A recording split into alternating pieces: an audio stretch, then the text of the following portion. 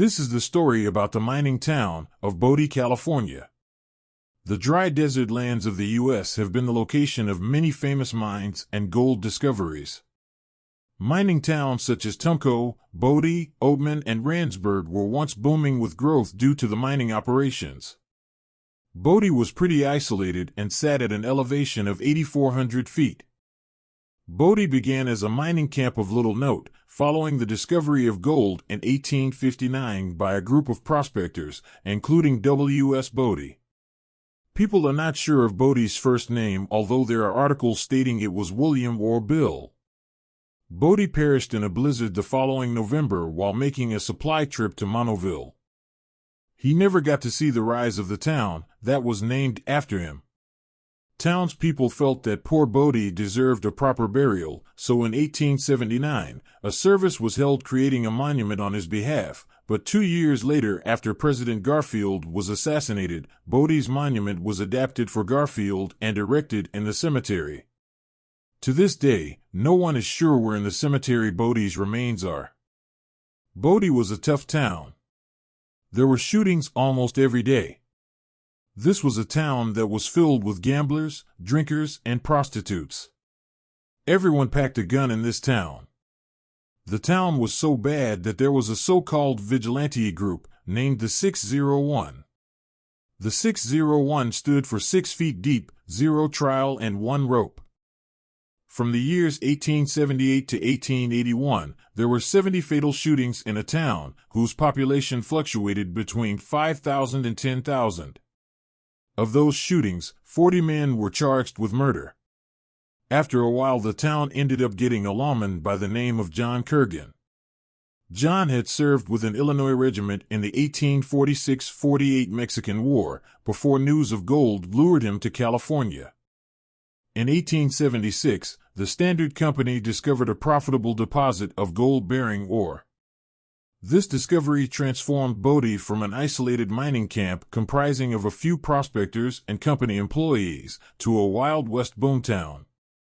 Rich discoveries in the adjacent Bodie mine during 1878 attracted even more hopeful people.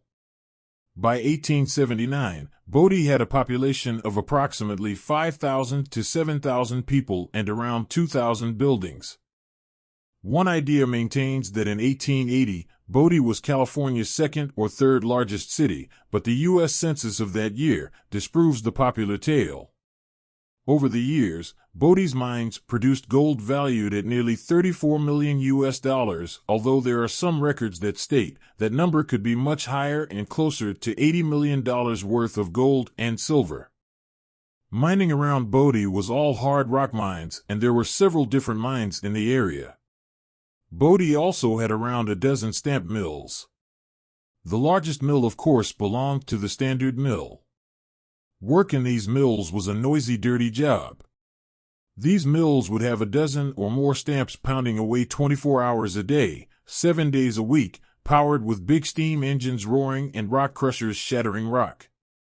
Of course, all this steam power needed fuel to create steam, and the fuel was wood. It is said that just one mill would burn through 20 cord of wood a day. Also, these underground tunnels needed wood for shoring, and there is said to be about 70 miles of underground tunnel between all the mines around Bodie. The first signs of decline appeared in 1880 and became more obvious towards the end of the year. Promising mining booms in Butte, Montana, Tombstone, Arizona, and Utah lured men away from Bodie. The get-rich-quick, single miners who originally came to the town in the 1870s moved on to these other booms, which eventually turned Bodie into a family-oriented community. Then in 1898, the Standard Mill burned down, and that had a hard effect on the town.